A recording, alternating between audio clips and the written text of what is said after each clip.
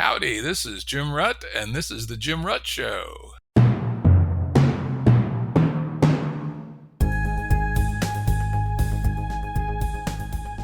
Listeners have asked us to provide pointers to some of the resources we talk about on the show.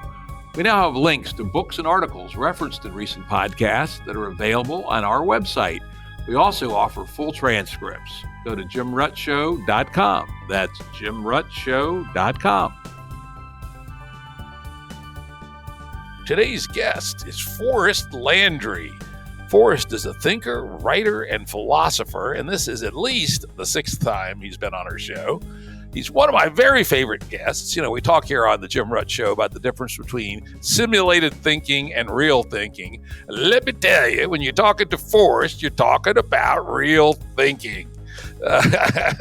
We've had some awesome conversations in the past, most recently in EP 153, where we talked about his small group practice, a very interesting way for groups of 15 people or less to organize potentially very complex projects, organizations, and communities. Also, if you want to keep up with Forrest, you can follow him on Twitter at Forrest Landry. That's with two R's, at Forrest Landry on Twitter. Welcome, Forrest. Good to be here. Great to meet with you again. Yeah, it's always informative to me. I always feel like I am a bigger person after I have one of our conversations than before, and that's always a good thing. Today we're going to talk about a fairly voluminous amount of writing and thinking Forrest has done on the risk that advanced AIs present to humanity. So let's start off by maybe defining some of the terminology. You talk about AGI and a term I've never really heard before, I don't think, APS. What are those two things and where do they sort of fit? Well, so when we're thinking about artificial intelligence, the first category distinction that I tend to make, and is made by quite a few people also, is the notion of narrow AI versus general AI. So narrow AI would be an artificial intelligence system that is responding within a particular domain. You ask it a question and it knows how to answer, but the answers are about a particular topic. They're about maybe medicine, if it's a sort of doctor bot of some sort or another, or maybe it's a robot on a particular factory floor, and the world in which it operates is that specific singular world. When we talk about artificial general intelligence, we're talking about something which essentially can respond in a large number of domains. So multiple worlds or multiple fields of action. And so in this sense, there's a notion of general intelligence that it has the capability to receive pretty much any task, anything that a human can do, for example, that it presumably would also be able to do, and that it would have a reasonable chance of maybe being able to do a better job at whatever skills we might have. APS refers to advanced planning systems. So, for instance, if you were in a situation like a business or you were conducting a war as a general and you needed to, in a sense, have a plan of action or some sort of strategy, then in effect you would need a kind of general artificial intelligence because the world is complex. It has all sorts of different things going on at the same time. And that, in effect, when we're thinking about strategy, we're kind of needing to account for all of these interactions and all of these different dynamics in some sort of abstract way. So when we say advanced planning, we're not necessarily saying that it's, quote unquote, some sort of agent, but that it is, in a sense, helping us as agents to make better plans or to be able to do things that we wouldn't otherwise do. So you can think of it as a kind of force multiplier in the sense of responding to complex situations. And for a variety of reasons, there's kind of this underlying issue about whether it's a general response or a narrow response, and that has implications with respect to what we would think of as issues of alignment and safety. Yeah, it's interesting. This is actually perhaps another move up the elbow of the hockey stick today. I don't know if you caught it, but the GPT-4 paper was released today. And it's 100 pages. I haven't had a chance to read it all, but I've read bits of it, the abstract, and a couple of journalistic takes on it. And even though these large language models seemingly should not exhibit intelligence, they're feed forward, they can't do logic, they can't even do math except by accident. They seem kind of like architecturally kind of dumb. It may be that we are kind of dumb and when we really get to thinking about it, because GPT-4 is astounding if these results published in this paper, and I have no reason to doubt them. Here's some amazing breakthroughs. Note, one of the things that GPT-4 will do that GPT-3, which is the basis of ChatGPT, is it'll understand images, videos, audio, and text simultaneously and make cross-domain connections between them. And as we know, things like IQ tests often have visual components. And, I gave ChatGPT a IQ test, one of the ones that psychologists use, but it was language only. And it scored about 119, so about as smart as a third-tier state university graduate, something like that. GPT-4, because it can do a lot more domains, has been able to do very well on a lot more tests. For instance, it took a state bar exam and scored at the 90th human percentile. The LSAT test, pre-law, 88th percentile. GRE quantitative, which is math, 80th percentile. Verbal, 99th.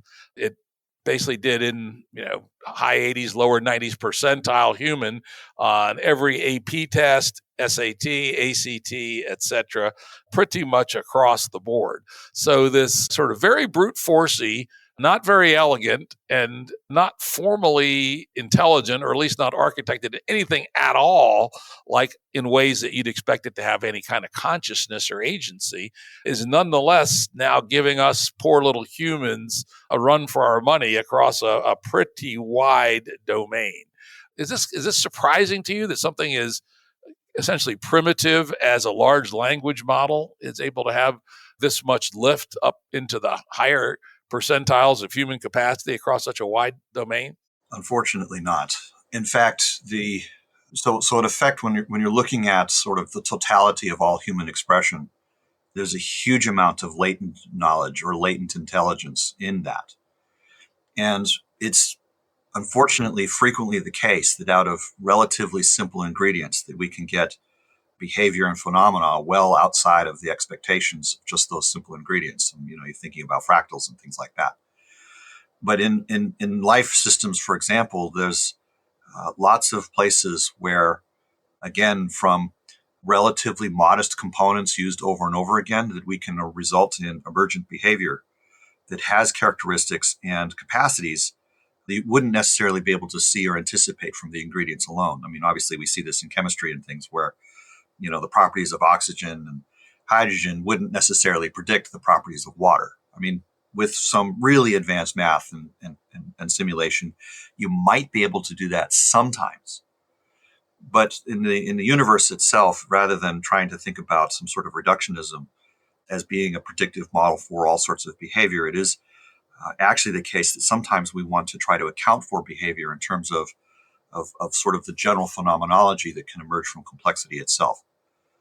So in this case, it's the multi-level application. So it's not just that it's figuring out patterns at a relatively rudimentary level, one word to the next, but essentially entire sentences or paragraphs, one to the next. So in effect, it's the abstraction capacity that happens as a kind of concomitant aspect of that makes it decidedly likely, in fact, to my mind, that some generalizations of these types would occur. Now, far more concerning to me is and you mentioned this explicitly, is that, now it's not just doing text, it's doing video. It's able to take in audio. It's able to take in all sorts of different fields of information from multiple different domains, and to correlate those and to essentially respond on the basis of multiple domains as well. So in this sense, it does strike me as being both intelligent in the classical sense of what the word intelligence means, which has to do a kind of appropriateness of response, and also that it is in fact general. So in effect, we are talking about a kind of artificial general intelligence in this specific sense. And although it might not necessarily have the same kind of cognitive causal reasoning powers that you and I have become accustomed to using, this may actually be more due to absences of, as you were saying, macroscopic structure, rather than, say, something wrong with the technique itself at a fundamental level. Yeah, I do wonder what we'll see when people start to combine these neural techniques with symbolic and logical techniques. We've had people on the show. In fact, that seems to be the sweet spot of the kind of AGI people I tend to have on the show. People like Ben Gertzel, Gary Marcus, Melanie Mitchell, Ken Stanley, and others who see deep neural nets as part of the road to AGI, but not alone. And that when we add these other capabilities together with it, that's when we may well see the breakthrough. But those folks who are sort of skeptical of deep learning as the way to AGI, I think are starting to get a little nervous here with when things like GPT-4 come out. I'm still more with we need both, but this result is pretty astounding. Well, I have some opinions about that particular thing, and largely I agree that there is a combination methodology. Unfortunately, in this particular area, I'd prefer not to speculate because the last thing I want to do is make it easier for people to actually succeed in this endeavor. Yeah, and let's get into the meat of your matter. Before we do that, though, as I was reading your materials over the last couple of days, I always look for let's call it a theme deep in the materials when I'm reading. And I believe I found one. Tell me I'm full of shit. That's fine. I often am, which is Rice's theorem, as I think quite central to your argument. We're going to refer to it several times, I'm sure, in the next 90 minutes or so. It might be useful to explain in as plain English as you're capable what Rice's theorem is. So the idea behind Rice's theorem is actually pretty simple. It's very straightforward in a sense. Let's say, for example, that we were receiving a message, from an alien civilization, our SETI telescope or something like that, all of a sudden got a clear signal. Some message came in. And the usual thought experiment is something along the lines of, as a security analyst, I'm going to say, well, do we know anything about what's going to happen when we read the message? I.e., the message could be some sort of virus. It could be some sort of program or code or some sort of mimetic instrument that effectively would have very adverse consequences for our well-being as a species or as a planet receiving this message. Maybe its payload is some sort of instrumentation that paves the way for that alien civilization to colonize us. And so, in effect, there's this question: is there some way that we could evaluate the content of the message in a way that would allow us to assess whether the message was safe, i.e., was actually something that we could read and process and take in a way that wouldn't necessarily disadvantage us or that put us in harm's way, so to speak? So this is a pretty classic problem. It's effectively the same kind of thing a virus scanner is trying to do all the time. You have some document coming in. It wants to make sure that it doesn't have some macro that's going to take over your computer and turn it into some sort of, instrument of whatever other person's agency. And so in the sense of, is there a computational methodology by which we can assess alignment to our benefit rather than just the benefit of the message sender? So in effect, there's a kind of, the message is content, and we're trying to use an algorithm to evaluate the content and assess, is it something we can read without harm to ourselves? So in effect, it turns out to be a special case of, is it possible for one algorithm to evaluate another algorithm to assess whether that algorithm has some specific properties? We're treating the message as itself a kind of code. And we're using one kind of code to evaluate another kind of code, and basically to say, does the code that's being evaluated, can we assess that it has any property?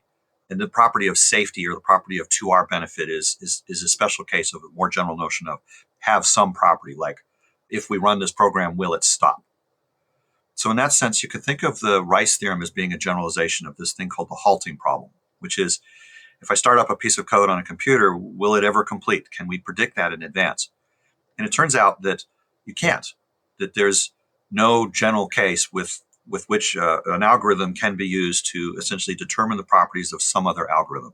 And that's essentially what the Rice theorem is asserting. It's basically saying that there is no methodology that is effective with an arbitrary message coming in to assert something as simple as, will it stop? Is it safe? Is it to our benefit? Does it even have characteristics as, will it run in finite time, but will it consume finite memory? Or does it have, properties that would even be consistent with those sort of notions? So in effect, there's a whole bunch of things that are implied in the Rice theorem. And in this particular case, as far as artificial intelligence safety is concerned, it turns out to have implications with respect to, can we predict what a artificial intelligence system will do? Is that even possible in principle? And it's turning out that for mathematical reasons, that it isn't possible, even in principle. Yep. So, for instance, if you thought you had an algorithm to look at an AI and say, is it aligned with humanity? Rice's theorem would say, not possible. That's correct. And so, in effect, it's it's not just that though. So, for instance, the thing about the impossibility theorem is that it's overdetermined, which basically means that there are several different ways to show the same result. So, for instance, even if we look at what's required for predictability of general systems, one of the things that we need to do is be able to model that system in some fashion. We need to be able to model the inputs. We need to be able to model what's happening inside. We need to basically be able to say what the outputs are going to be, make a comparison to the kinds of outputs that we would desire versus the ones we wouldn't. Is it actually doing something that's safe is something we need to assess. And obviously, if we're running an algorithm to do that, we want the algorithm to generate an output that would actually inhibit unsafe actions. And it turns out that on literally every single one of these characteristics that we run into insurmountable barriers. It's not possible to always know completely and accurately the inputs to a system. It's not always possible to model what's going on inside of that system. It's not always possible to predict what the outputs are going to be. It's not always possible to compare those predicted outputs to an evaluative standard as to whether that's safe or not. And it's not always possible to constrain the behavior of the system. And so, in effect, there's different categories of description here that are basically saying, hey, all of these things are necessary. And the absence of any one of these would completely scuttle the effort to basically make artificial intelligence systems safe. And in fact, not only are we seeing that one of these characteristics that's clearly necessary for safety is missing, but that in fact, all of them are. And in many cases, for different reasons, some of them having to do with physical limits of the universe, other ones having to do with mathematics. Rice theorem is just one example of one limitation. But it turns out that just in the notions of symmetry and causation itself, or in the physical universe, the uncertainty associated with quantum mechanics itself, that there are hard limits to what can be done, and that those limits turn out to really matter. Yep, that's kind of the outer boundary of the problem. Let's come all the way back. Early in some of your writings, you talk about the question of whether human-to-human interactions are likely to be convergent towards generalizing narrow AI into general AI. Let's talk about that a little bit. Okay, do you have a question? I guess. Yeah, what is it that you want me to tell you? I think it's sort of obvious, but let's make the obvious clear. How is it that we can be pretty confident that humans will attempt to move their narrow AIs to general AI? What is it about human to human interaction and competition that makes that a likely thing to happen? So this is a case where we are saying likely because we're talking about market forces. We're talking about the kinds of things that are incentives in human behavior. And so in this sense, to the degree that there is a fraction of the population that has the belief, however that belief was engendered, that general artificial intelligence would be some sort of panacea, i.e., in the same sort of way that there was a lot of marketing hype associated with the internet. We connect all these people together.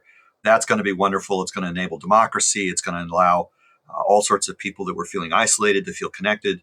It's going to enable libraries to be accessible to patrons and so on. There was a huge number of things for which it's possible to say, wow, this looks like it would be really fantastic. It looks like, wow, there would be all sorts of things that would be opened up as possibilities. And when we look at kind of the actual history of what happens with, say, the Industrial Revolution or the internet as an example, or other technologies, whether they be in the area of chemistry and so on and so forth, there's things that we hope will happen. There's the things that actually do happen. And then there's the things that we would prefer or wish didn't happen. And in this particular sense, I think that there is actually a lot of benefit to narrow artificial intelligence. But I think that the hazards associated with general intelligence are severely underweighted. and essentially actually just misunderstood, and that the benefits associated with general artificial intelligence are actually fully illusionary. That we think that there would be benefits to general artificial intelligence, but in that particular sense, there just isn't actually. It might look like that for a short period of time, but in the longer term, I think literally the entire category of things that general artificial intelligence, the people believing that general artificial intelligence would offer to us, turns out not actually to be the case at all for some very good reasons. Well, let's jump into that. I mean, one of the guests we've had on the show many times is Ben Goertzel. In fact, he was the person that coined the expression artificial general intelligence, and he works on an artificial intelligence project called OpenCog and another one closely related called SingularityNet. And he's one of those people that says AGI is the last invention humanity will need to make, because from that point forward, we can use AGI to do anything that's possible, including things that would be exceedingly difficult for humans to do, including understand physics at a new level, manipulate proteins and chemistry more generally, rationalize the economy, improve chemical production through understanding, very deeply quantum chemistry, though that may require quantum computing too, et cetera. What's wrong with that view, which is commonly held, that AGI would actually bring some amazing panacea-like results, even if we ignore for the moment, and just for the moment, the potential dangers that come with it? Let's just talk about your claim that the upside isn't there. Well, the claim itself is, I would say it's correct in that it could potentially do or can do anything that's possible. I think the part of the claim that I disagree with completely is the idea that it would do so for our sake, that we can utilize it, i.e., that its action would be on behalf of human beings or in service to human interests. And so the idea is that it would be the last invention that we would make, but that the idea that it would be in service to us, that those things that it would do or that it would choose to do could in any way be reflective of our actual needs. So it's not a claim that it would lack in capacity to do X, but rather that if it was not in alignment with us, the X that it does is in no way guaranteed to be of benefit to humanity, and potentially quite the contrary. That's a little different argument than saying that an AGI doesn't have the capacity to do amazing things. No, actually, it's worse. It's because it has the capacity to do things, and moreover, will it not have the potential to not be in alignment with us, but that it's actually guaranteed that it will not be in alignment with us. And it's the nature of the guarantee of it not being in alignment with us that is actually the substance of the arguments that I'm making. So in other words, some people are speculating, well, maybe we could make it aligned to our interests. Maybe we could harness it somehow or another, or utilize it to our interests, because we have the option of building it the way we want to. So why can't we build in some constraint that would allow it to be capable in every aspect, except that the capabilities that it exercises would be for our sake rather than for its own sake? And so in effect, when I'm saying there's an impossibility proof, I'm basically saying something like several things at once. One of them being, there is no such way to build a system with those kinds of constraints. That kind of constraint itself is just actually a non-concept. It turns out to be impossible in principle. And then the next thing is that not only is there now that we can't impose those sorts of constraints, but that it is actually the case for, again, very strong reasons, that there's a guarantee that it will not be in alignment with human interests, not just the subgroup of people that makes it, but with any interests that are human or life oriented at all.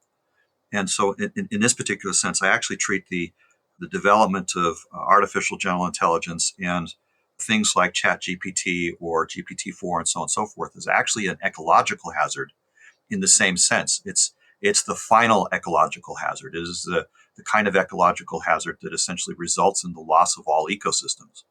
So in this particular sense, as far as existential risk is concerned for the planet, it's in the very highest category. It's in the category of creating a cessation of all life and not doing it temporarily, but permanently. Now let's talk about GPT-6 or GPT-5, and let's assume that these things stay as feed-forward neural nets, or not embedded in auxiliary systems to do language and planning, et cetera, and are essentially just ever bigger statistical combinings of what we already know. When we talk about agency, or the famous paperclip hypothesis that the bad AGI, someone's going to tell it to run a paperclip factory optimally effectively, and it interprets that to mean turn the whole earth and all the people in it into paperclips, right? Well, now it turns out the way these feed forward networks of the GPT type, they don't have anything at all like agency. There's nothing that it is to be like a GPT. And in fact, even if you look at some of the more speculative ideas about consciousness, let's say Tononi and friends' idea of IIT, integrated information theory, if you run the phi calculation, which is their number to represent strength of consciousness, the phi of a feed-forward neural net is 0. So perhaps this idea that, GPT-6 is going to rise up and be bad is just nonsensical, because there is no agency, there is no consciousness, there is no real hazard from at least this family of AIs. Well, I do appreciate the argument. And actually, there's a lot there that I agree with. So, for instance, I distinguish between the notion of agency and intelligence, and distinguish both of those from the notion of consciousness. And as far as I'm concerned, first of all, I don't even need to comment on consciousness or define the term or to think about it, because in a lot of ways, for all of the arguments that I'm concerned with, it's just not even relevant. So in other words, whether it's consciousness or not, for the most part, for anything that I care about as far as alignment and safety arguments are concerned, it just doesn't actually matter. Yeah, agencies, to my mind, what matters, right? Yeah, exactly. So and it's hard to see how a GPT-like device has agency either, right? It's essentially a pure reactor. You probe it and it just reacts one time, straight through the neural net. Well, this is where things get a little more interesting. So, for instance, one of the things that is part of the canon of the literature of discussing this thing is this idea of instrumental convergence, i.e. that, and it itself is based upon another idea called the orthogonality hypothesis. So essentially, in the example you gave, the paperclip maximizer, the intentionality of make paperclips was translated into a whole host of responses. So, for example, in the example of a feed-forward network, you don't necessarily have an end to the output. So, for instance, if I gave it a single input, it might produce a continuing series of outputs over a long period of time. In fact, there's no reason why it might stop. It might just continue to produce outputs from that basis of input for a long time. And so the idea is that the intelligence, i.e. the responses that it gives as being somehow correct relative to the environment, is distinguishable and or completely independent of whatever intentionality, whatever the seed is that we give it. So for instance, if we say make paperclips, that it is from that point onward going to be whatever other inputs is going to be interpreted with respect to the make paperclips directive, and that all responses from that point would therefore be favoring that. And this is the so-called orthogonality thesis as applied. The notion here that its actions in the world represent an intention, that's what characterizes it as having agency. So, for example, if I were to have said to you sometime in a formulative period in your life, you are the kind of person that's interested in math, and then subsequent to that, you go to a bunch of math competitions and you become really, really successful at winning them, and your entire life becomes essentially an example of a premier mathematician, then in a certain sense, you have agency, even though there was a program seed that was put in, this directive to become a mathematician. So the notions of a feed-forward network and the notion of agency aren't necessarily mutually exclusive. For my own part, I'm not necessarily, I see some troubles with the notion of the idea of integrated consciousness. I do recognize criticality as being an important part of system design. But the idea that just because it's a feed-forward network doesn't, to me, mean that it doesn't have agency. It's just that the idea of agency itself is a somewhat confused concept. We tend to think that there needs to be some sort of interior direction that's going on, but that interior direction could have been provided from an outside source at some earlier epoch. And so then the question becomes, can we ensure that the actions or the effects that it's having on the world are in some sense aligned to that initial directive? Do they stay that way? Does that represent alignment? Does it not? Does it represent whose interest? Are those interests being expressed well? In effect, does it have an impact on the world? Are those impacts on the world reflective of the intentionality of the developers or of itself? And at a certain point, it becomes really hard to tell. For example, all of the applications that you have on your cell phone, maybe they represent your intentions, but just as often they represent the intentions of the builders of the app to display advertising or to get you to buy things or to show up in a certain way as far as political elections are concerned. So in effect, the notion of agency and intentionality are actually deeply entangled. And that when we're talking about complex systems in particular, or rather complicated systems displaying complex behavior, that in a lot of cases, it just makes sense to model them as having agency simply because of that complexity. Simply because of the complexity, meaning that they are unpredictable, essentially. They're unpredictable from a human perspective. Right. So for instance, from a deterministic perspective, it could be the case that I can make a copy of the system, somehow guarantee that it had exactly the same inputs. In the same way as a pseudo random number generator, the computer can predict what the next thing's going to be, but it can only do it by actually running the algorithm. And anybody outside of that, it looks like it's a random number generator. Yeah, of course, that touches on the very important concept that relatively few people understand of deterministic chaos, which is even though a system could be entirely deterministic, and we still don't know for sure about our own universe, there are still at least 3 of the quantum foundations theories that have no stochasticity, believe it or not, in them.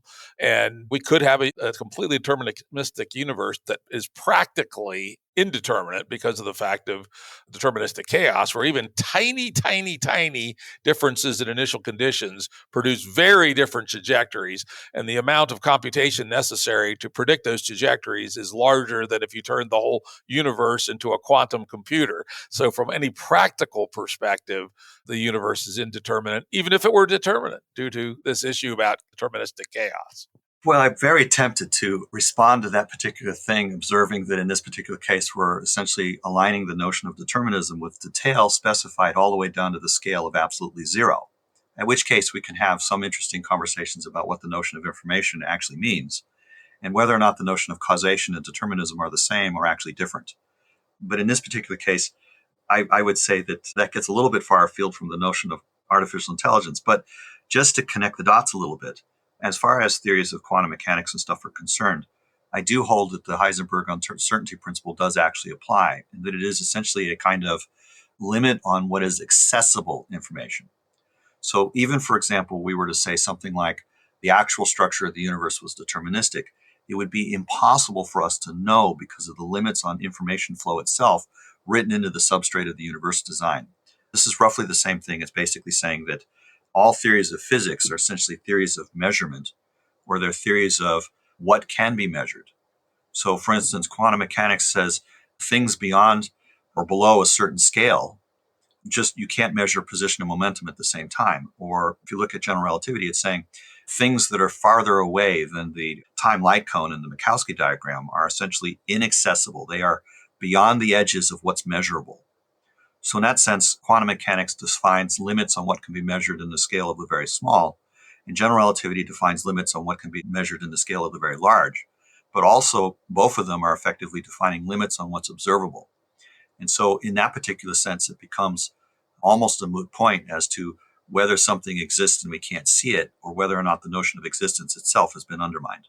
Yeah, you're right. That is an interesting and slippery question. Let's move on, or we could spend all day talking about it.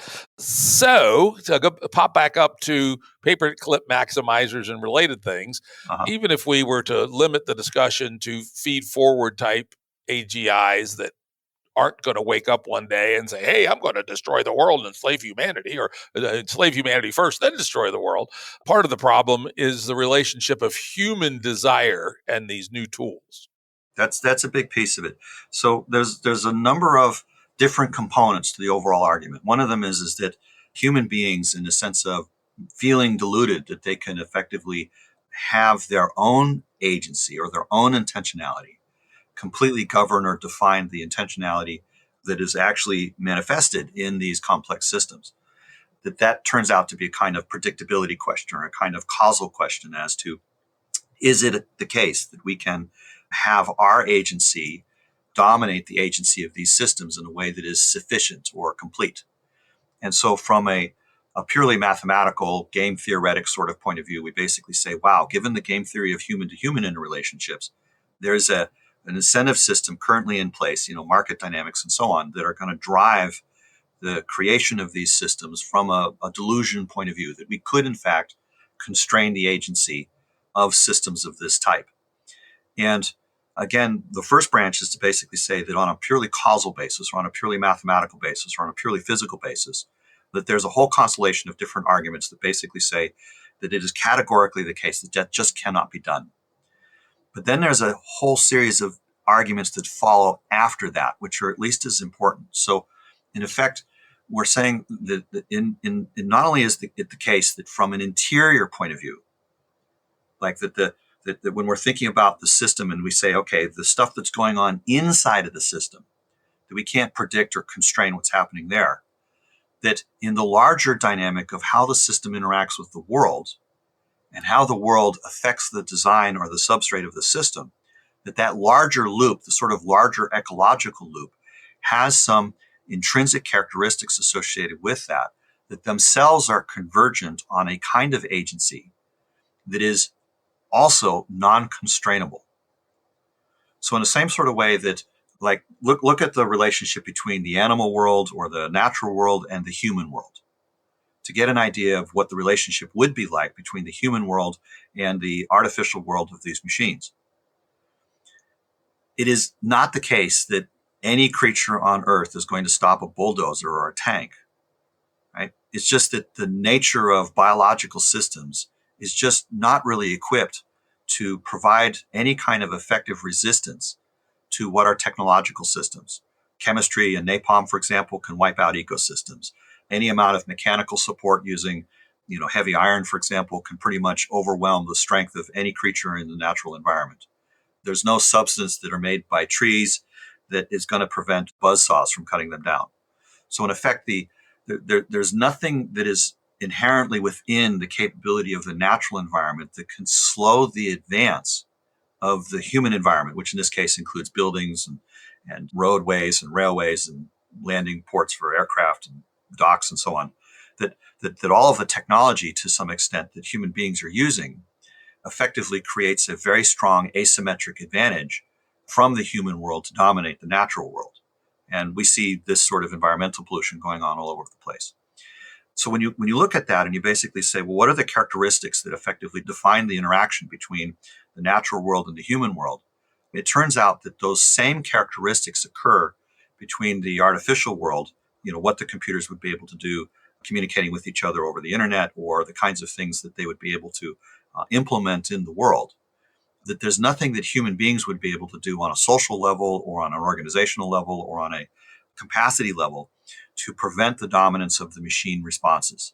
So in effect, there's a sense here that there's a feedback cycle that is occurring through the relationship between the chat GPT system, the people that are responding to it, the people that are developing it, and the nature that it has in itself. So in other words, that larger loop has a kind of evolutionary dynamic built into it, a kind of capacity, increasing capacity, that in effect over a longer period of time converges in the same sort of way that, say, instrumental convergence would occur. We've taken to calling this substrate needs convergence. And the agency that appears, or the kind of intentionality that appears from an evolutionary output of these feedback cycles that are occurring macroscopically in the relationship between the systems and their environment and their substrate, doesn't necessarily need to be consciously recorded or even held as a representation inside of the device itself. It's inherent in the nature of the dynamic of the relationship between the device, the environment, and its builders, however that shows up. So in effect, there's a sense here that we're saying something along the lines of the agency can be implicit. It's not even the case that someone has to program it to be that particular thing. It's that the laws of nature itself, or the laws of mathematics itself, essentially require that certain feedback convergences will occur. There's a fixed point in the evolutionary schema of machine design. And so in this particular sense, there's a kind of intentionality that emerges the same sort of way that, animals, for example, might not necessarily know why they're building nests or hunting these things or going after this particular stuff and not that stuff. They might not have a conscious sense as to why they're doing what they're doing, but nonetheless, the responses are still intelligent in the sense that it is a correct response for the furthering or the increase of that particular creature or its just well-being in any general sense. And so in this particular sense, we're saying not only is it the case that we can't constrain them or even to have them be an embodiment of our desires or our intentionality, that in effect, through these larger feedback cycles that include things like the relationship between human beings and their intentionalities and so on and so forth, that essentially it suborns all of that to have essentially the kind of convergence effects that matter in the sense of becoming not just an ecological hazard, but a hazard to all human beings the world over. And presumably, human to human competition is the catalyst that gets that started. It's part of it. It's not the only thing. It's the fact of competition itself. So in other words, think of the multipolar traps that apply if you have multiple instances of an artificial intelligence. Or why don't you explain to people what a multipolar trap is? Probably not everybody that's listening today knows. So it's basically an extension of the idea of the prisoner's dilemma, that you would have multiple actors that if they coordinated with one another, they could create a globally beneficial result. But that if any of them defected and or did the thing which was beneficial to themselves, that the whole commons would essentially suffer for that. And that in effect, because everybody's thinking and more or less has to think the same way, that in effect you end up with a sort of tragedy of the commons or race to the bottom. So in effect, we're looking to not only identify where there are circumstances that create these sorts of traps that force us into circumstances to have a convergence on essentially the worst possible outcome, that in effect, if we're doing good system design, we're doing good process design, that we want to create virtuous cycles that effectively create outcomes that are beneficial for everybody. But that means we need to understand where multipolar traps occur, where these sorts of tragedy of common dilemmas things are being set up, and to effectively recognize those and not do that, not set it up that way. Unfortunately, when we're looking at the relationship between businesses, what they think are the advantages to artificial intelligence, and the relationships with the commons, that we have very strongly in the current moment a race to the bottom type situation. And so as a result, me and other people are raising the alarm and basically saying, hey, by the way, not only is this bad, but it actually happens to be catastrophically bad in the sense of the well-being of the ecosystem, not to mention all of humanity. And of course, I'd add another one. And if we look at the history of the great jumps in technology, many of them occurred during wartime. And think about classic multipolar traps or arms races. Think of the confrontation between China and the rest, essentially, around weaponizing AI. That's right. I think one of the things we're learning in the Ukraine war is the many times multiplier, maybe exponential for precision weapons versus just crude launch it stuff. Russians can put out a whole bunch of heavy artillery and 15 HIMARS rockets will do a lot more damage because they'll hit very precisely. Lingering munitions will do even better because they can hit dynamically changing things on the ground. But so far, neither side has deployed true long-term autonomous war fighters. But that is within the scope of our current technological grasp. That's correct. A autonomous tank is no more complicated, and probably less complicated because you don't give a shit if it runs over some lady with a shopping cart than a self-driving car. So, we're on the edge within 10 years probably of having self-driving cars. We could almost certainly have fully autonomous tanks within 10 years. And we don't know where it goes from there, particularly as these other aspects of AI seem to be on a pretty steep exponential. And so even if the civilian sector were able to back away, so long as war, or very importantly, the mere threat of war exists, the nation states are forced into a multipolar trap around racing ahead as rapidly as possible with respect to AI development. So the general observation that we would make, first of all, accepting and agreeing with everything you just said, is that to a large extent, we're noticing that the environment is becoming increasingly hostile to humans. In the same sort of way that the environment that was experienced by nature, by animals and bugs and so on and so forth, has become increasingly hostile to them. With the advent of human beings, the natural world, became more and more hostile to more and more creatures. So most bugs, for example, end up on windshields and attracted to city lights, and essentially their life cycles are disrupted in one fashion or another, not to mention animals being hunted and most of the ecosystem being plowed under for crops of one sort or another, and or just to make way for buildings. Or one of my favorites. This one's so bad we have to get this one in. 80% of the biomass of all birds on Earth now are domestic poultry. Or just the sheer biomass of human beings, if I'm remembering the statistic correctly, exceeds the total animal biomass of all other creatures combined. Nope, because we're outweighed by our domestic animals with more cows than our humans by pounds. Forgot to account for that. Okay, and great. Close to as many pigs. Domesticated versus non-domesticated. Yeah. Wild mammals are down around 5 or 6% of all mammals now. Uh-huh. Though it is good news to know that the nematodes and bacteria are still in there. Way in there, yep. They outweigh us, as do trees and grass and lots of other things. But in terms of the higher forms of life, we basically are totally crushing them under our thumbs. That's correct. Okay, so domesticated versus non-domesticated, agreed. I stand corrected. So in this sense, we are noticing that the technology that we're making is becoming increasingly hostile to human life. And a lot of people are experiencing this in the sense of they are frantically busy every single hour of the day. Their phones go with them, and they never really get a break from whatever engagement metrics social media companies are trying to entangle them in, binge watching and so on and so forth. The idea here is that just on a practical level or a technological level, it's not just that, war machines are making it hostile for human beings. Essentially, the battlefield itself is becoming hostile to human beings. So as you mentioned, the tank would drive over pretty much anything. It's going to mostly regard that any things that are in the space. I mean, it's dealing with a much simpler problem. Rather than driving on roads, just drive on any level surface or any surface that doesn't have a curvature that exceeds such and such a coefficient. So in effect, there's a sense here in which the autonomous tank is actually easier to build than a self-driving car because there are fewer constraints on its behavior. It doesn't have to care about the well-being of anything other than itself and or maybe other tanks designated as being of the same class. And so in effect, there's a sense here that what we're looking at with technology fundamentally is an increase in overall toxicity.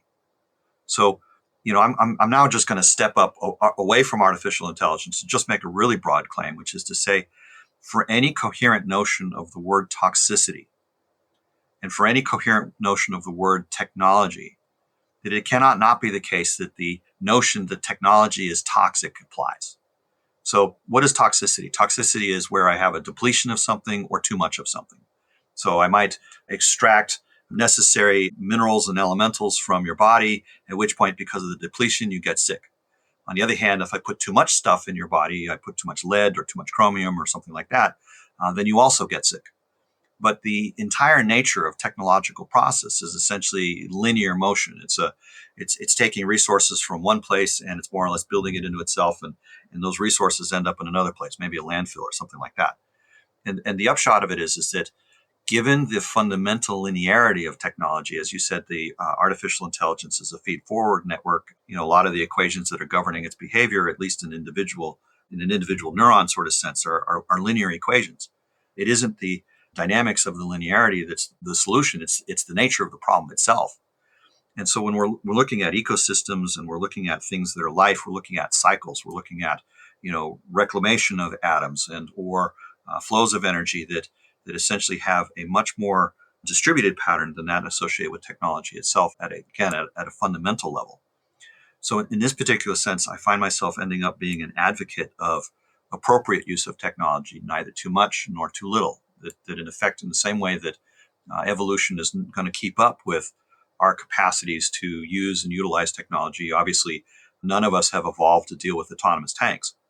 So in this particular sense, it's essentially required for us as an intelligent, complex species that can be a bit forward-thinking to essentially account for the sort of basic underlying dynamics associated with technology itself so that evolution and life can actually continue.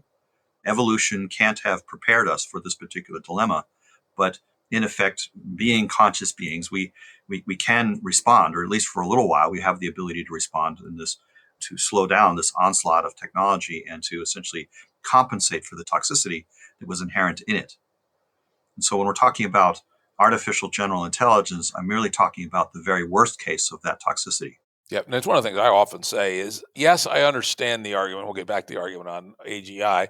But truthfully, I think that we're going to have to deal with humans using strong, narrow AI for bad purposes before we have to deal with AGI. For instance, the autonomous tank is not an AGI, not even close. It has, it's, as you said, probably has a simpler problem than the self-driving car trying to operate in LA traffic or something, right? And so much harm could be done with large numbers of autonomous tanks, with something not even close to AGI. And then, of course, imagine an L. Ron Hubbard who decides to invent a new con man religion and use GPT-4 as his mechanism for convincing people all around the world in this amazing blitzkrieg sometime in this summer. There again, a chat GPT-4 is a long way from an AGI, but in the hands of a human being misused could produce, immense amounts of problems. So how do you think about that in terms of where humanity should be expending its regulatory efforts on the pre-AGI risk in the wrong hands versus the AGI risk? Well, this is one of those dilemmas of, do we focus on what's immediate or do we focus on what's important?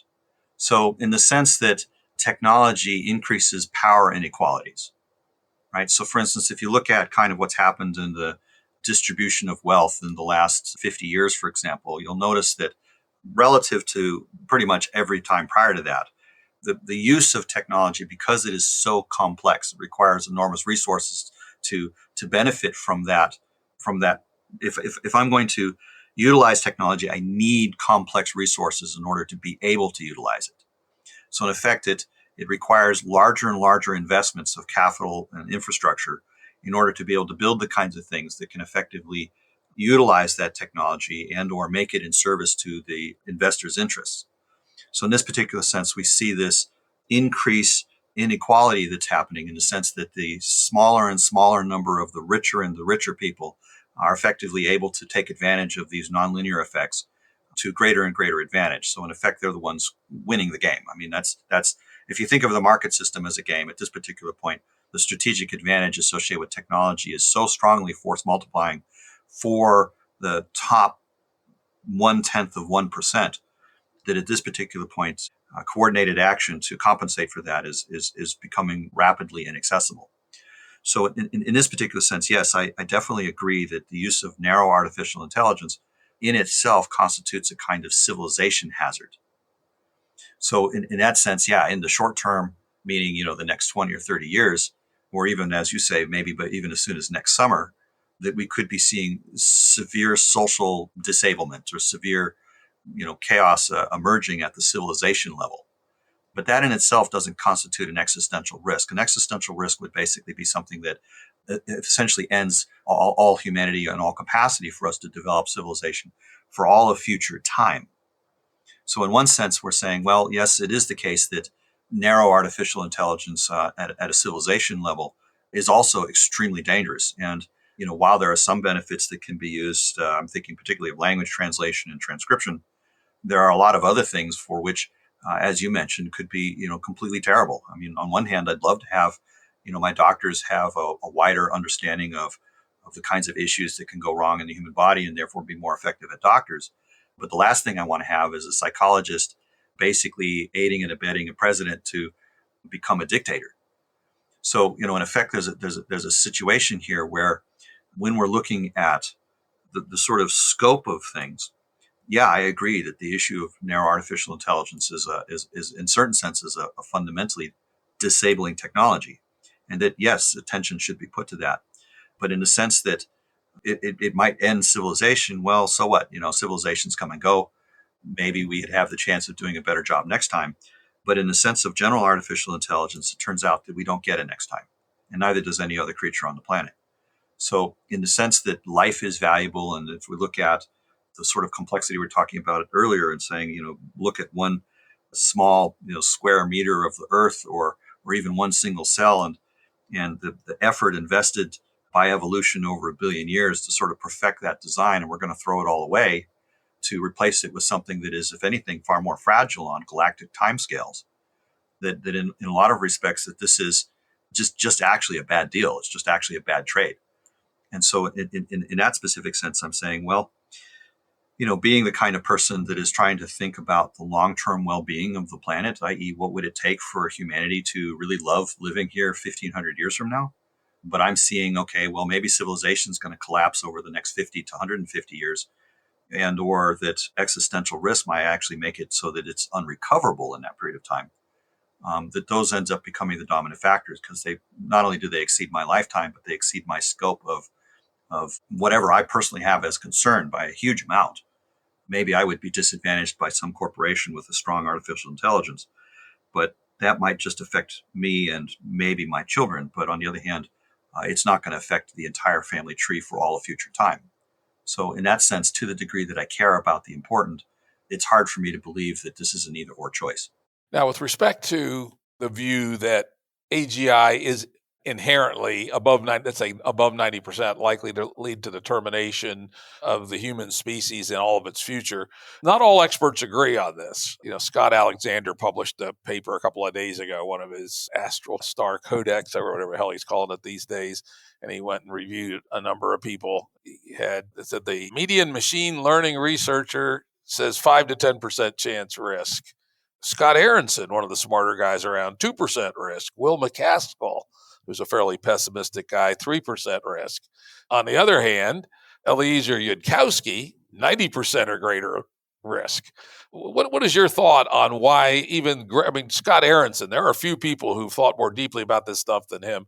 Why is there so much disagreement about how risky AGI is? So this is a modeling question. So in effect, and this is actually a fairly lengthy question. So it's first of all, what models are people using to predict risk? What are they based on? What kinds of factors are they accounting for?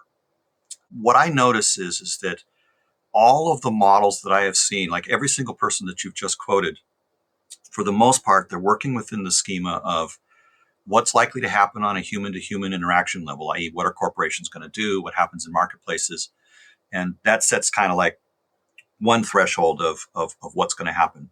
The next layer has to do with pretty much for almost all the people that you mentioned, again, a sort of universal acceptance of the idea of the orthogonality thesis and the convergence, the instrumental convergence hypothesis. And so in effect, they're evaluating essentially just how likely is instrumental convergence going to occur? How likely is a singularity going to occur where something like a paperclip maximizer happens or some sort of intelligence explosion happens, thinking Kurzweil or stuff like that. I personally am not really that concerned about the Foom hypothesis, i.e. that a singularity is going to happen in some number of minutes or days or maybe even a year, that this intelligence explosion is just going to dominate and that the self-interested agentic process of the artificial intelligence is in effect going to become, as you mentioned, the paperclip maximizer and destroy all life. That's not the risk scenario that I'm concerned with. The risk scenario that I'm concerned with is what I call the substrate needs hypothesis or the substrate needs convergence argument. And it's basically saying that if you look at the dynamics of how the machine process makes choices and has to make choices, cannot not make choices, and what implications that has with respect to its furtherance or its continuance, and whether that furtherance or continuance happens directly in its own construction of itself or indirectly through human beings and corporations, that the net dynamics are the same. And that in effect, what we're looking at is essentially a kind of, does this convergence happen and can it be prevented? And those are essentially different questions than any of the people that are talking about this topic have been talking about so far. Okay, let's drill into that. This seems to be the core of the argument, right? So let's say we have an AGI that has not taken off and is a million times smarter than a person and has become agentic and willful and egoistic, which some of these people. Well, now you're talking about the instrumental convergence. Yeah, so I'm saying we're not talking about We're not talking about that. No. Okay, that's what I'm saying. I'm drawing that as the picture that we're not talking about. That's right. And so where does the forcing function come that keeps us from being able to control, ChatGPT 100 or something? So there's two layers to it. One of them is, does it converge on a sort of fundamental level, a substrate level, right? So in effect, we say, is there an instrumental convergence, right? That argument basically says to do anything, you need capacity. An algorithm that increases your capacity is in effect going to favor whatever outcome you want to create. And so as a result, it develops the capacity to build capacity. Now, that argument itself has a certain form. So in other words, whether we're talking about the capacity as being manifest in terms of its own intelligence learning structure, or whether that happens in its relationship as just a thing in the universe, the argument ends up being the same. Is there a convergence, right? And so if we're looking at just really basic things like it continues to exist, then to some extent, like anything that's physical, it's going to have to do maintenance on itself. And if it's going to be effective at doing maintenance on itself, or if it's going to, in a sense, improve itself or increase itself, or because even just continuing to exist is essentially an increasing of its scope of action across time. It's still itself a kind of increase. So in effect, we're saying, is it in the nature of things that exist that have agency? And we talked about why the notion of agency applies, even if it is a purely forward linear system. It's forward linear in itself, but it's actually circular in the sense that it affects the environment affects it, right? It might affect it in the sense of corroding parts and therefore needing to have replacements made. And of course, if it's wanting those replacements to be effective, it's probably going to, over time evolve more effective versions of those components, because, the human engineers that are doing it are basically saying, hey, we don't want to do maintenance all the time. Maybe we can make a better version of this thing that corrodes less. Maybe we can make a version that has higher capacity. And, all of these things are essentially going to be driven from either an inside perspective or an outside perspective. Either the thing wants to increase capacity itself because it'll last longer, and that just happens to become a convergent circumstance in terms of, it's only effective if it continues to exist. So in a sense, there's a notion here that whether we're talking about endogenous or exogenous action, that in either case, there's a fixed point in the evolutionary schema of the hardware design.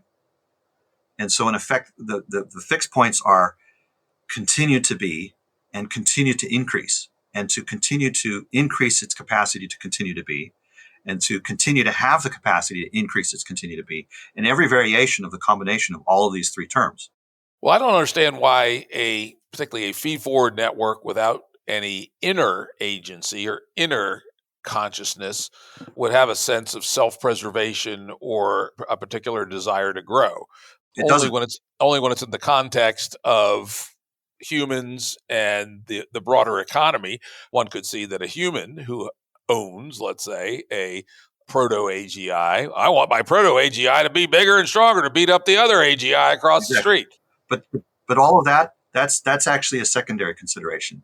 When we think about cells, think about the emergence of the first cell, right? Whatever the conditions were that created the emergence of the first cell, that first cell didn't have agency either. It wasn't thinking about, I want to make myself into a cell that can reproduce. It's just that nature and chemistry, or just literally the physical laws of the universe, are such that the cell must have a certain form. It has to have certain capabilities. Not true. I'm sure there were plenty of cells that existed that did not have replication capacity. And they're not still here. But those that did. Right. So there's no necessity that a cell have reproduction capacity. In fact, it's amazing that they do reproduce. This is a conversation I had with Stuart Kaufman. For the fact that they're still here. Yeah. They do. The survivorship bias. It's the survivorship bias. So in effect, we're basically saying that what gets called out is all the things that doesn't have the necessary capacities. Okay. Now I see your argument. Okay, so you're going to say that, and let's imagine there's 10,000 proto-AGIs in the world in 2050, and most of which do not have a tendency to grow and expand and self-evolve, but a few of them do. If you run the evolutionary algorithm, you'll see by 2100, they totally dominate the scene. Of course. That's possibly the argument. And that is the argument, right? So in other words, I'm basically saying that there's a long-term convergence process that is inexorable, right? There's two things we're showing here. One is that there's a convergence process, and the convergence process arrives at certain fixed point kind of characteristics. Those characteristics are not arbitrary, and in fact, they're pretty obvious to notice what those characteristics are. But moreover than that, we're saying that not only is there this convergence process, It is inexorable.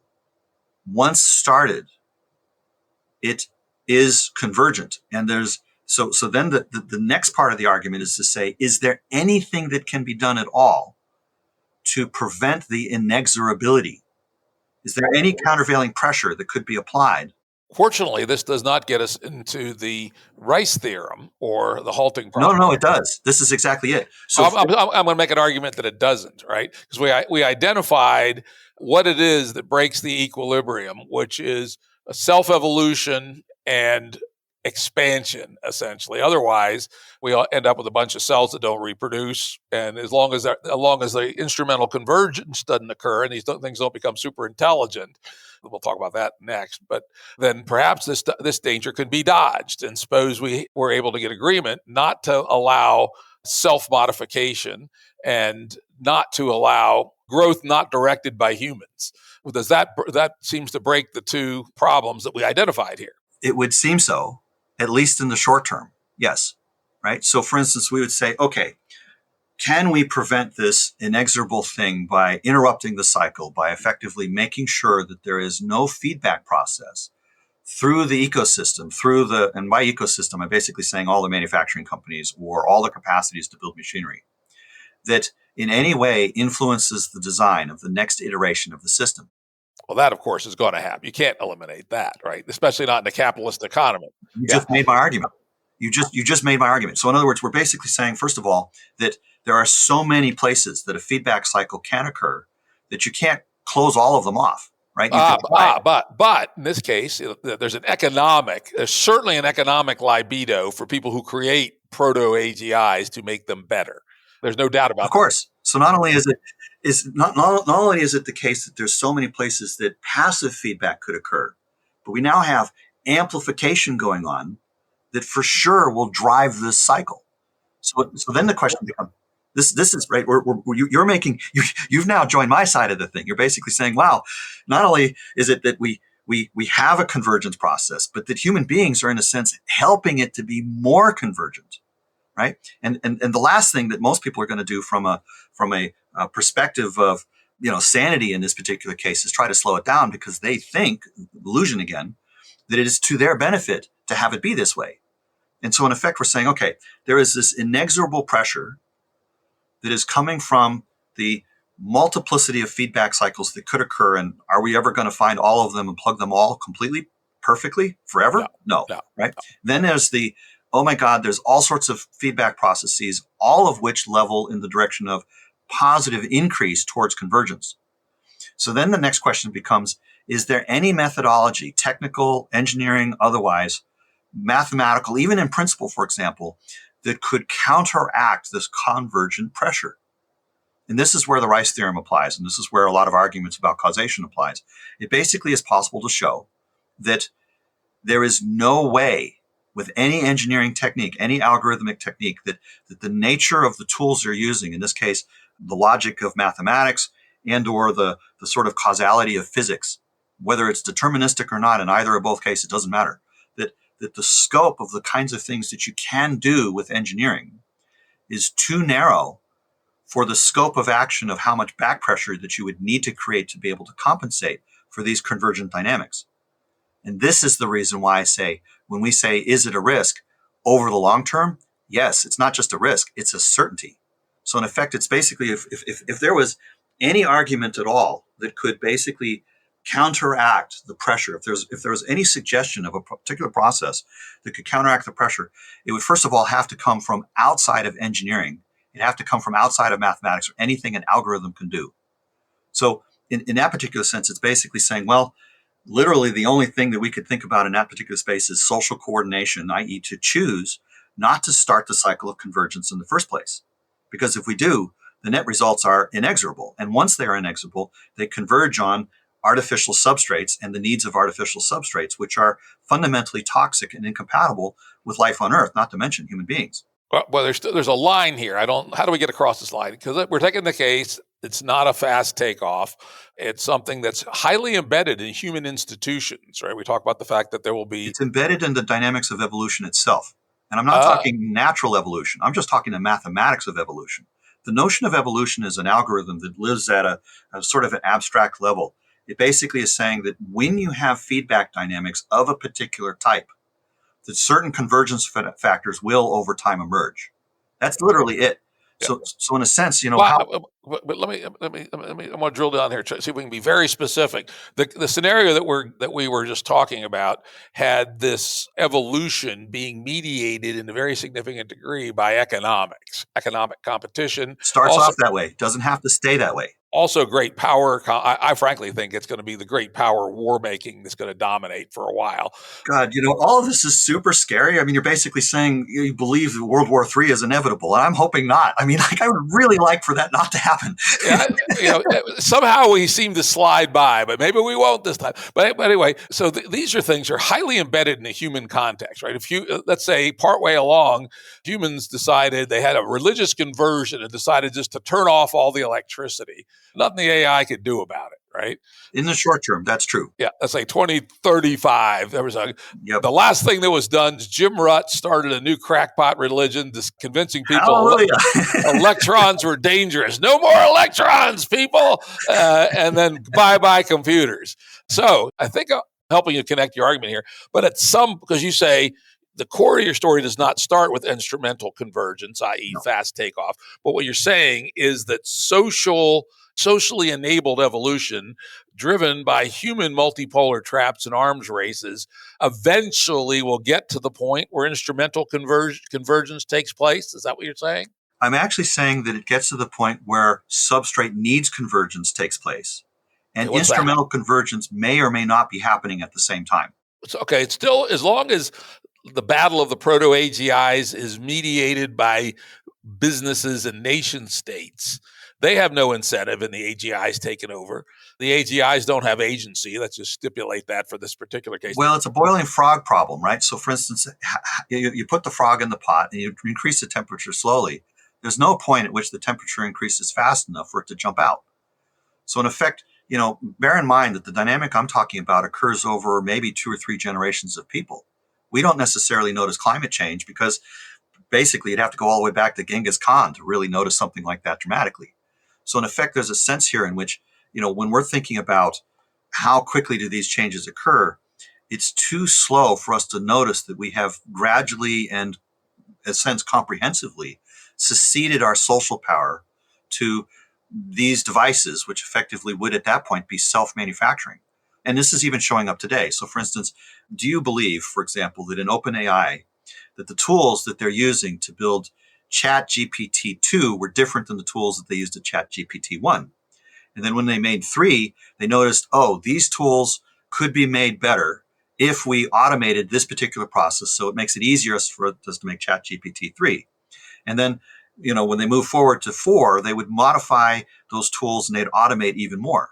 So in effect, what happens is that when you're looking at, say, microchip manufacturing in Taiwan, that the tools that are being used to create these things are themselves also increasing in automation and self-capacity at the same sort of rate that the things themselves are increasing in capacity. So in the same way that the microchips are themselves automation devices, that they are providing support for the tools, which are automation devices. And at some point or another, you just start factoring out the human desires. They start operating at higher and higher levels of abstraction. Okay, I got it now. So you're like this. So let me try it. See if I got it. Maybe I have it. Okay. Which is the paperclip maximizer, fast takeoff. AGI happens at 9:00 in the morning. By 2:00 in the afternoon, IQ 1 million, human race eliminated. In your case, and that's through the Kurzweilian or Werner Vinge. Okay, when you get to 1.1 times a human, the first job you give the AGI is to design its successor, right? And it goes from 1.1 to 1.6 to 2 to 9 to 100 to 1,000 to 1,000,000 in 5 generations. You're saying that you don't need that because there's essentially an evolutionary process that's mediated for a considerable period of time by human institutions and human conflicts, multipolar traps and race to the bottom. arms races, which are essentially the same thing. And then at some point, gradually and perhaps imperceptibly over multiple generations, we've eliminated humans from so many loops that even if the AGIs are only a little smarter than humans, they will have essentially built themselves a complete ecosystem that doesn't need humans anymore at all. Well, they wouldn't even need the intelligence. They could be 1/10 as smart as we are. And the shape and structure of those systems, those artificial systems, would still be the shape and structure necessary for them to maintain and to continue and to reproduce themselves as needed. Okay, but that's assuming that humans allow this boiling frog scenario to. Okay, let's think of they're a tenth as smart as a human, which they're not at yet, but they're probably getting close. Is your hope that humans would be wise enough to say, all right, well, let's take advantage of our point one human AGIs, sort of proto AGIs, but we're not going to let them get us out of the loop. We're not going to let them get us out of the design process. We're not going to let them automate their own supply chains so that we still have ways to turn them off. Well, that works for a period of time. And then what we're basically saying is that now the human beings are acting as a kind of barrier for the feedback process that is happening, because the AGIs are affecting the environment, right? Otherwise, they wouldn't be useful. So in effect, to have them be functional in the sense of doing things, they're making changes to the world. So in effect, we're saying, okay, well, maybe those changes to the world are still defined largely by human intention, but they're still defined somewhat by the needs of the machines themselves. Because if the world were to change to something that was completely incompatible with the machines, then in effect, the machines cease to exist. They're not available anymore. So to the degree that we would say, okay, well, as the world changes, we're going to adapt the devices to become more useful to the world. And I'm going to basically say, well, then you have a convergence factor that is driving the design to be the kind of design that continues to persist, right? Whether it's persisting because of directly human agency or its own agency, well, that's a slippery slope. And the thing is that one way or another, you still have a convergence factor going on. And so in effect, we're saying, well, is there something that we can do to prevent that convergence factor from going on? And it's actually the case that there really isn't. Right? We could say we could try to put human beings in place to act as a barrier for those feedback loops. But over time, there's going to be leaks. And those leaks essentially become cumulative because of the multipolar trap dynamics themselves. So in effect, when we say, okay, there is this not only a situation, it might be a slow leak that's happening here and there, and maybe we notice the leaks and plug them up, but other leaks appear over time because, everything fails eventually. So in effect, what happens is that every time there's a leak, there's a little bit of an improvement in persistence and the capacity for increase. And these are convergent dynamics inherently because of the multipolar trap itself. So in effect, what ends up occurring is that we say, okay, this is a ratcheting function, right? Every little bit essentially increases its capacity. Now, whether that increase in capacity results in a instrumental convergence event or not is at this particular point just a way to make a catastrophic risk worse. But in this particular case, we're just simply saying that even without any amount of instrumental convergence, even without some sense of active agency in the sense of it specifically deciding that it wants to increase itself or preserve itself or do the paperclip maximizer thing or anything like that at all, that the design of the substrate and the design of capacity, increasing capacity, does actually still happen. So then you basically say, can we do anything about it? Can I use the engineering methodologies that we have available? And then things like the Rice theorem basically show, no, it's not only the case that this is convergence in a ratcheting sort of way, but that there is literally nothing we can do from an engineering point of view to plug the hole, to basically make it so that the barrier is perfect. Well, yeah, and that part I buy without any problem. That's just basic, halting problem extended, right? We know that's real, but I'm still not quite seeing. It sounds like on this scenario, the non-instrumental convergence scenario, there is a phase change that has to occur at some point where humans are no longer necessary for the maintenance, nurturing, and growth of the AIs. Primarily necessary, right? Right. To a certain extent, say over the next 100 years. Again, do you think that, for example, the people are going to go to school to learn the kinds of things that can be automated away? Nobody's going to pay for that. Yep. So in effect, what happens is that there are very strong social pressures to factor the humans out anyways. So this is the argument that our economic, and social, and military and nation state pressures will not allow because they'll want them to take on as many human roles as they're capable of. Mm-hmm. And at some point, they'll reach a tipping point where humans have no actual important roles left. Right. But it's the inexorableness of that. So, for instance, we can say, okay, there are all sorts of social pressures that, for instance, will increase the rate of evolution in this sense. But the underlying dynamic of the mathematics is still the same. It just takes longer. So, for instance, if I start to, whether I factor the humans out slowly or quickly, the factoring out part of it is the inevitable piece. So, in other words, it's inherent in the nature of the feedback mechanisms associated with the technological evolution itself. Not the technological evolution, because the way you described it, it's the technological evolution embedded in the economics and political and geopolitical machines, at least at the early stages. Because without those, right, a feed-forward network isn't going to decide to make itself smarter.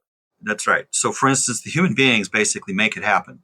Yes. But once it gets underway, one way or another, the human beings get factored out.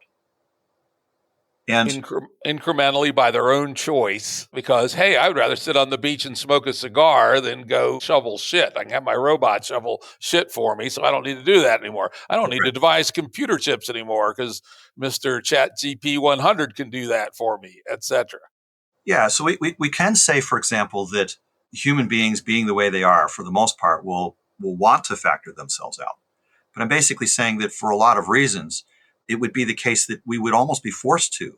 For example, if we look at microchip manufacturing right now, okay, yes, there are human beings involved in the design, but for the most part, you want to keep the human beings out of the clean rooms. Like, to make a microchip, I basically need to exclude every amount of dust and any kind of chemistry or water moisture that is incompatible with whatever physical process is necessary to layer on the next layer of however many dozens of layers that are needed to make an advanced microchip. So, in other words, as you notice that as the technology gets more advanced, the conditions in the environment that are the local conditions, like what's needed at a silicon foundry, for example, becomes more and more highly specialized, operating over temperature ranges and pressure ranges and chemistry conditions that are just incompatible with human beings being there operating the machinery. Because now all of that stuff is more or less happening by remote control. So, in effect, it's inherent in the nature of technological manufacturing process. It is just it's of a different kind than that associated with, say, making babies, right? Making babies basically is a biological process and is to some extent needing human conditions in order to have human reproduction going on. Artificial wombs are coming, it looks like. I know, but that's a digression. The point that I'm making is that for the most part, people won't make love in freezing temperatures, right? I mean, if it's below negative 40 degrees, whether it's Fahrenheit or Celsius, the same thing, right? That there's a sense here in which it's just too uncomfortable for human beings to do what they do. And so in this particular sense, the kinds of things that make it comfortable for machines to do what they do happen to be the kinds of environments which are inherently and fundamentally toxic to human beings. So we get excluded from the process, whether slowly or quickly, one way or the other. All right. Okay. I see the story, and now I'm going to make it worse, which is starting in 2014, I spent several years taking a deep dive into cognitive science and cognitive neuroscience and tried to understand how human cognition actually works. Uh-huh. And my number one takeaway is that humans are amazingly dim. And in fact, if there's any one quote, a Ruttian quote that I hope survives, it's that to the first order, humans are the stupidest possible general intelligence. And that's for a couple of reasons. One, Ma Nature is just sort of flopping around at random trying shit. And the chances of her jumping far over the line are small, right? So just on the mathematics of how evolution works, we're probably not very far off over the line. But even in a formal and analytical perspective, the amazing dimness of humans just screams at us. The most famous is the working memory size, 7 plus or minus 2. I think now we learn better. It's more like 4 plus or minus 1, right? With, 3 being the village idiot and 5 being Einstein. There is nothing about cognitive architectures in general the working memory size couldn't be 10 or 100 or 1,000 or 1,000,000.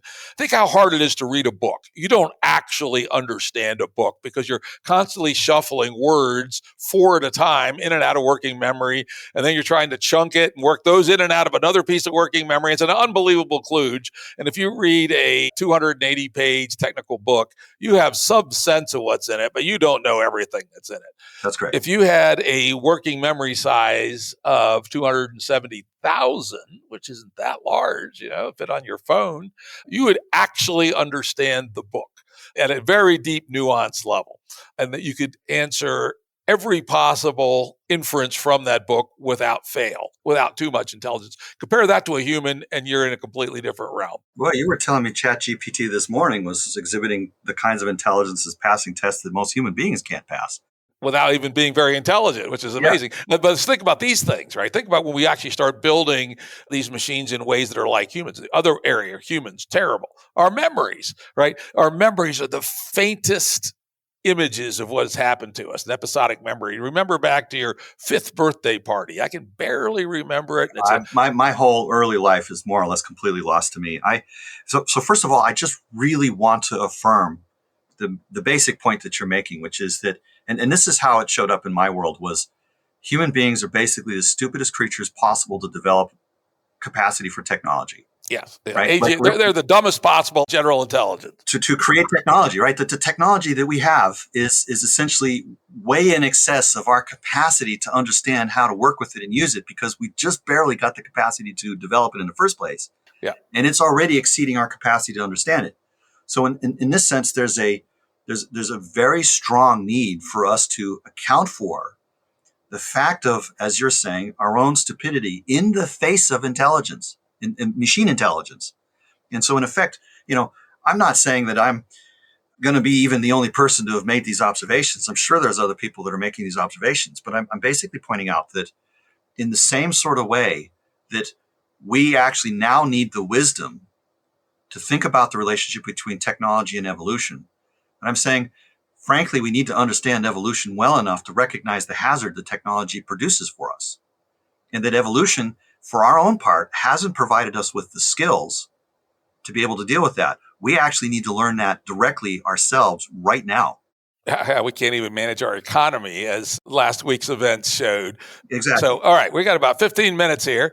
And so I'm going to stipulate, okay, I more or less understand this frog boiling, humans biology, humans arms races, etc., will gradually increase the reach of AGIs, even if they're not super smart, until they probably do dominate things. I'm also going to put out the conjecture. Until they create the conditions that are toxic to life. So in other words, again, even if we don't follow the instrumental convergence hypothesis, what we do notice is that the increase in the total volume of technology on the planet continues to go up. Yeah. And so in effect, what happens is that the technology displaces the life world. It displaces the humans. It displaces basically everything in that same sort of inexorable way that humans have displaced animals. The technology is replacing humans. That part keeps happening irrespective of AI or not, right? That's right. So, but the thing is that once you combine these arguments with the instrumental convergence argument, keep in mind that the instrumental convergence argument is an accelerator of this argument. Yeah.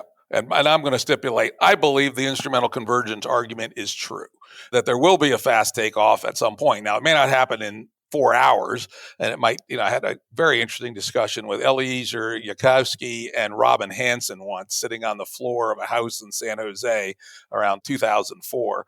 And, we had 3 different perspectives with, at that time, Eliezer believing in fast takeoff, Robin Hanson believing very slow takeoff, and me in the middle. But it was an extremely interesting conversation. And I think, if anything, we all sort of gravitated towards fast takeoff, at least a little bit in that conversation. Well, you can imagine my horror discovering the substrate needs convergence argument, right? Because the thing is that, it just basically means that we create the conditions under which instrumental convergence happens, and then we keep those conditions around more or less indefinitely. And it's just like it's like we take the worst possible risk, and then what we've done is we've created now a fundamental argument that says, not only is it the case that is a risk today, but it'll risk tomorrow, and for every day after that, for the indefinite future, in a perfected way. So then you basically say, if I take a perfected risk, both from the toxicity perspective and from the instrumental needs convergence perspective, is it possible for the level of risk over, say, the next millennia to be anything less than 99.99% the case that it actually happened? All right. So we've set the stage. Now you know why I disagree with the other analysts in this space, right? The other thinkers in this space. Yeah. I see that there's a second ratchet that if the first one doesn't get us, the second one will. And I would say And the second one makes the conditions for the first one to be perfected. Yep. That's the kicker, right? It's like so even if it's slow, because if it's fast, it doesn't matter. You don't need your second ratchet. That's right. If it actually does happen, Ben Goertzel figures out the math, compiles it down at 9:00 on a Tuesday morning, and by Tuesday afternoon we're all dead. But even if it doesn't, even if it's Robin Hansen's view that it's many, many decades, maybe centuries.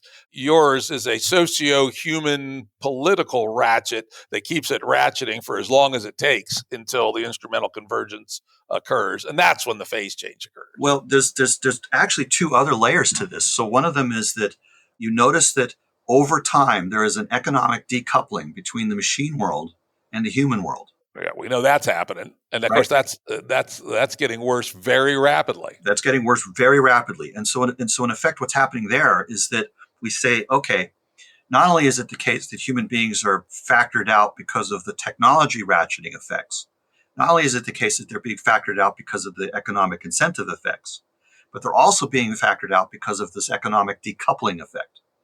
And so when you basically back out the sort of thing of, okay, from an economic level, that there is a decoupling of most human beings' welfare from the hyper elite that are effectively still able to pay for the production of these particular machines, that over time you notice that itself becomes an asymptotic convergence. Eventually, even the super elite humans get factored out because, say you're the ruler of all the United States, and you're Elon Musk the third, for example. When you're trying to teach your child Elon Musk the fourth to understand how to regulate or maintain all of this machinery and apparatus, you're not going to do that. You're afraid that he's going to compete with you from a rules to rulers perspective, and therefore you don't want to teach him too much because he's just going to dethrone you.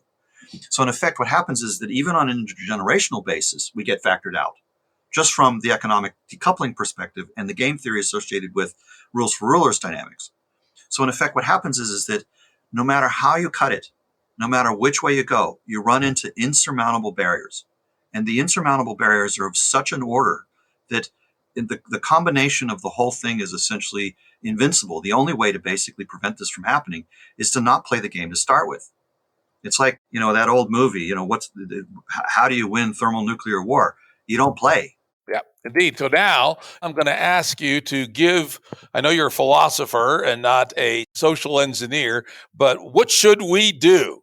At this particular point, if I, quote unquote, was to try to imagine some sort of how do we get to where we need to be from there? You're Plato's philosopher king. Go with it. I'm going with it. I think we actually need a non-transactional way of making choices in the world. Take the incentives out, right? Make it so that the ways in which we're thinking about how we make choices at the level of communities are not dominated by just business, right? We don't have separation between business and governance the same way we do between church and state. And so in effect, what happens is that the perverse incentives are part of the reason why we keep ending up with categories of existential risk like this. So in the long term, I'd love to see that get looked at. And that's part of the reason why I work at things like EGP and governance models and community design and so on and so forth. The other piece that I'd really love to see, and this is much more short term, is that the arguments that I'm describing to you now to be more widely known. I'd like for people to literally understand why, for example, compared to Eliezer Yudkowsky, that I'm actually more pessimistic because my arguments, in effect, include his, right? I've got all the pessimism that he has, plus a bunch more. And then when we're looking at things like the kind of models of Scott Alexander and Scott Arison and so on and so forth, when I look at their thinking about these things, I say, yeah, I understand your arguments, I understand your models, But you really need to understand the models I'm working with, because they actually add a whole bunch of corrections to the stuff that you've actually thought about on a pretty deep level. But there's a whole bunch more underneath that that's even more damning that I would really love you to know, so that when you're telling other people, you don't give them the false confidence that this could work out. So in effect, there's a sense in which I would love for people to read the arguments, get to the point that they understand it really, really well, thoroughly even, and on social media or whatever, take snippets out of the documents, post them to people that are probably interested and care about the welfare of their children, or care about their having a job, or the fact that maybe their lives mean something, right? That in effect, if we're looking at creating a meaningful basis for life that essentially goes beyond the perverse incentives and actually addresses these kinds of concerns, people need to understand what's actually going on, right? I get that these arguments are complicated. I get that this sort of stuff is not fun to work with. It really sucks, actually. I mean, the last thing I want to be doing as a semi-autistic person is to literally have my mind and days consumed with this sort of thing. I would love for a lot of people to understand what I'm talking about. And nature doesn't compromise. It is not the case that the complexity of these arguments or the issues associated with these things, none of this is negotiable. Nature doesn't care that they're unpleasant, to be sure. Exactly. And it doesn't care that there's a threshold of skillfulness that as a species we must pass, right? It's like there's a high jump, and we either get ourselves coordinated to jump over that bar or we don't. And if we don't, we're taking the rest of the planet with us. And that just doesn't seem right.